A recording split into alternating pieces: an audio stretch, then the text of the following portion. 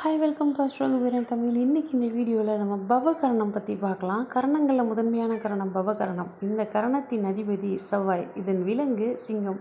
பொதுவாக பவகரணத்தில் பிறந்தவங்கள்ட்ட நீங்கள் சிங்கத்தின் குணத்தை அதிகமாக பார்க்கலாம். அதே போல் பவகரணத்தில் பிறந்தவங்களுக்கு செவ்வாய் நல்ல இடத்துல இருக்கார் அப்படின்னா அவங்களுக்கு பெரும்பாலும் உதவக்கூடிய கிரகம் செவ்வாயாக தான் இருப்பார். பவகரணம் மிக சுபகரணமாக கருதப்படுது. நம்ம தமிழகத்தில் கட்டப்பட்ட பெரும்பான்மையான கோவில்கள் பவகரணத்தில் கட்டப்பட்டதாக கூறப்படுது. பவகரணத்தில் நீங்கள் எந்த ஒரு செயலை துவங்கினாலும் அது அவ்வளோ சீக்கிரம் அழிவு பெறாது நிலைத்து நிற்கக்கூடிய தன்மையுடையதாக இருக்கும். அதே நேரத்தில் அந்த நாளில் நீங்கள் தூங்கக்கூடிய திதி வந்துட்டு செவ்வாய் யோகியாக இருக்கிற மாதிரி பார்த்து பண்ணால் போதுமானது.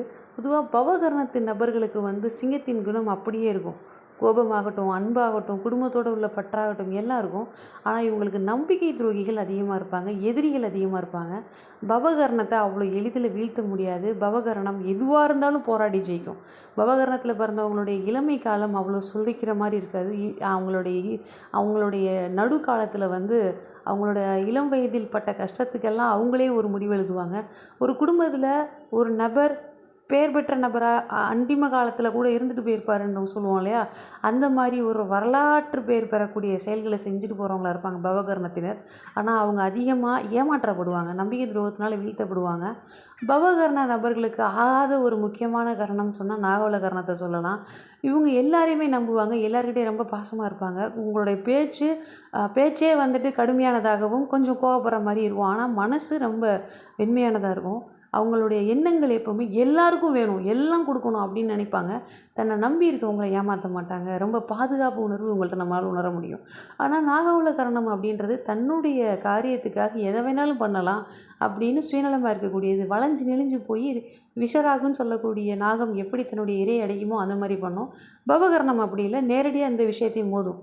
எந்த எதிரியாக இருந்தால் கூட அவங்கள்ட்ட சமநிலைமை பாவிக்கக்கூடிய தன்மை அவங்கள்ட்ட இருக்கும். அவங்களுக்காக இறக்கப்படக்கூடிய தன்மை இருக்கும். அவங்க ஏமாற்றப்படக்கூடிய முதல் கரணம் நாகவல கரணத்தினால தான் இருக்கும். பவகரண நபர்களுக்கு அவங்களோட அந்திம காலம் அவ்வளோ சொல்லிக்கிற மாதிரி சந்தோஷமாக இருக்கிறதில்ல. ஏமாற்றத்தினால் வீழ்த்தப்பட்டு தான் இறந்து போகிறாங்க பெரும்பாலும். அதே போல் பவகரணம் அப்படின்னு சொல்லக்கூடிய நபர்களை நீங்கள் கூப்பிட்டுட்டு ஒரு விஷயத்துக்கு போகிறீங்க அப்படின்னா அது நடக்காத காரியமாக இருந்தால் கூட நடக்கும். ஏன்னா பவகரணத்துக்கு சிங்கம் வராதனாலேயும் செவ்வாய் வராதனாலேயும் வீர தீரத்துக்கும் துணிச்சலுக்கும் பெயர் பெற்றிருப்பதனால் டக்குன்னு அந்த விஷயம் நடந்துடும். பவகரணத்தின் மிகப்பெரிய வீக்னஸ் அவங்க எமோஷ்னல் கேரக்டர் தான். பவகரணம் பொது இடங்கள்லையும் சரி, தனக்கு ஒரு விஷயம் பிடிக்கல அப்படின்னா அது யாராக இருந்தாலும் எப்படிப்பட்ட ஆளாக இருந்தாலும் எதிர்க்க தயாராக இருக்கும். அதை பல பேர் பயன்படுத்திப்பாங்க. அவங்கள எமோஷ்னலாக்கி காரியம் சாதிக்கக்கூடியவங்க அதிகமாக இருப்பாங்க. பவகரணத்தை சார்ந்த நபர்கள்ட்ட கேட்டிங்கன்னா அவங்க வாழ்க்கையில் ஏமாந்தது எல்லாமே எமோஷ்னலாக பிறரால் ஏமாற்றப்பட்டிருப்பாங்க.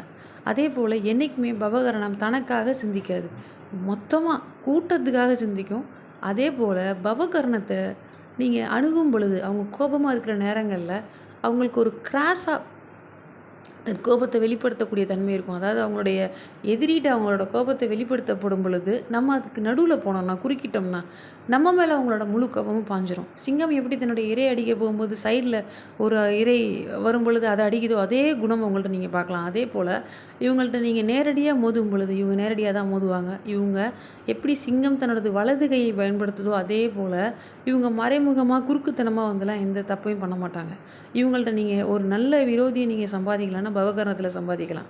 ஒரு மோசமான ஒரு விரோதி துரோகி அப்படின்னா நீங்கள் நாகவல கரணத்தை பார்க்கலாம். நாகவல கரணத்தை நான் அதிகமாக பார்த்த அனுபவத்தில் தான் சொல்கிறேன். நாகவல கரணம் நம்பிக்கைக்கு உரியவர் அல்ல. அவங்களே நம்ப மாட்டாங்க, அவங்க மற்றவங்களையும் நம்ப மாட்டாங்க. பவகரணம் தன்னை சார்ந்துள்ளவர்களை கண்மூடித்தனமாக நம்பும். அதுதான் அதனுடைய மிகப்பெரிய பலவீனம். பவகரணத்துக்கு ஒரு நம்பிக்கை ஒருத்தவங்க மேலே வந்துருச்சுன்னா அந்த நம்பிக்கையை கடைசி வரைக்கும் எவ்வளோ தவறு நடந்தாலும் மன்னிச்சு விட்டு கொடுத்துட்டு போயிட்டே இருக்குமே ஒழிய திருப்பி அவங்கள தண்டிக்கவோ அவங்களிருந்து விலகவோ செய்யாது. அப்போ இந்த பவகரணத்தை ஏமாற்றக்கூடிய முக்கியமான நபர்கள் நாகவல கரணமாக தான் இருப்பாங்க. ட்ரை பண்ணிப்பார்.